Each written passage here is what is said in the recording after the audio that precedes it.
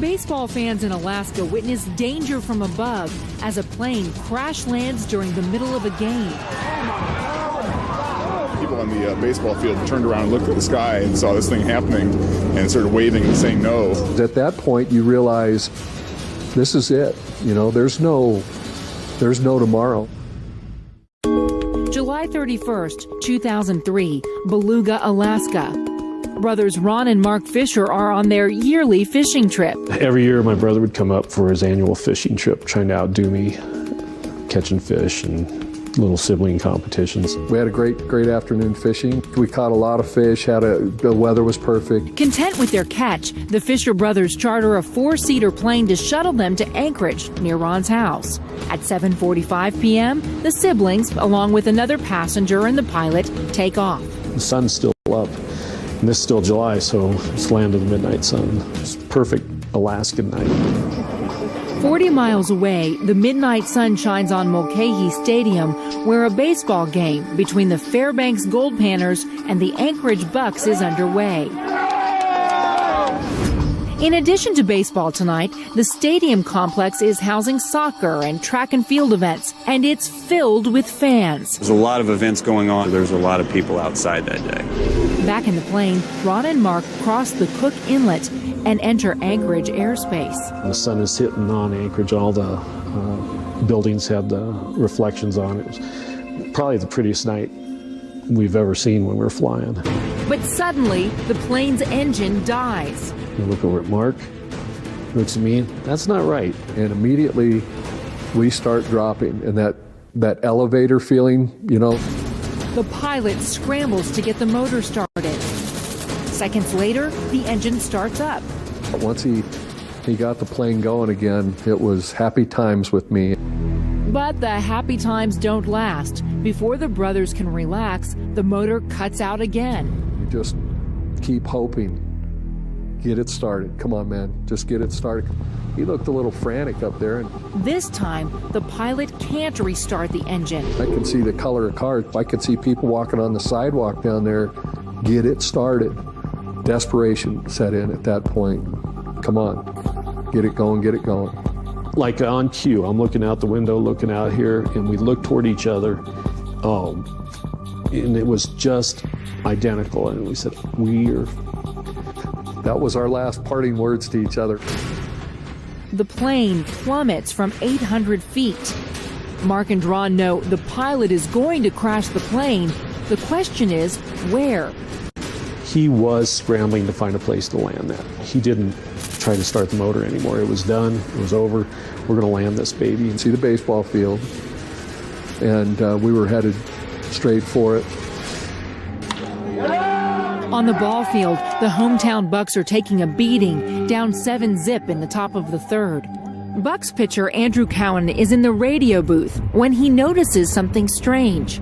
There was a plane that was flying unusually low coming over the right field fence, and the prop on the plane was no longer moving. And it looked initially like the plane was going to land directly in center field. I'm standing over here, kind of playing around with watching the action. All of a sudden, I see a plane coming out of the sky, and it's like, whoa, man. The umpire sees the falling plane and waves off the pitcher. I'm looking at that right fielder, and kind of an unreal moment. Just wanted to wave to him and say, hey, dude, how's the game going, you know? And then I dawned on me I'm about to die. Fans and players watch in horror as the plane heads directly for the field. And the total feeling of helplessness. I'm in no control here. I've got nothing to say. We're screwed. Right before the impact, the plane's left wing clips a chain link fence. The engine tears off and the plane cartwheels across the running track. The second we hit it was hard. It was instant. My right foot just snapped. It was noisy. It was brutal. The plane catches fire. Fans and players, including Andrew Cowan, rushed to the crash site. Everyone was afraid that right away that there was going to be a massive explosion. Adrenaline was pumping, and I just said, I need to get out of here in case this thing blows up. Ron Fisher escapes the burning Cessna. Injured, but safe from the flaming wreckage, Ron's thoughts turn to his brother Mark. I thought he was dead. It's really scary to think that you may have just lost your brother. Moments later, Andrew Cowan and others pull Mark from the plane. We tried to move them a safe distance away so that the paramedics could assess them and then assess the situation. Mark has numerous broken bones, but he's alive. We're still here. You know, we're not dead. How can that be? Pretty deep moment for me. It was the realization that we made it through that, busted up and all. Miraculously, the pilot and other passenger are able to walk away without injury.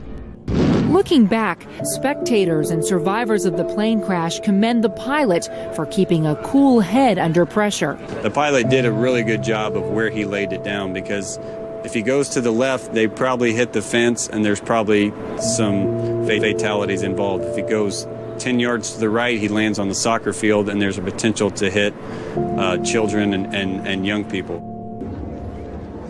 But an investigation by the National Transportation Safety Board finds the crash could have easily been avoided. In this case, we obviously have a healthy live pilot to be able to talk to, so that's where we're going to be centering in on. The NTSB determines the reason for the engine failure: pilot error. The pilot ran out of gas and didn't switch over to his reserve fuel tank. In the hospital, he came up and I thanked him for saving our lives, because he did. He landed the craft, everybody walked away for the most part. However, in the same breath, damn, I wish you wouldn't have crashed our plane. In the years since the plane crash, the Fisher brothers have recovered from their injuries, but neither has set foot in a small plane again. The accident has given them a new lease on life.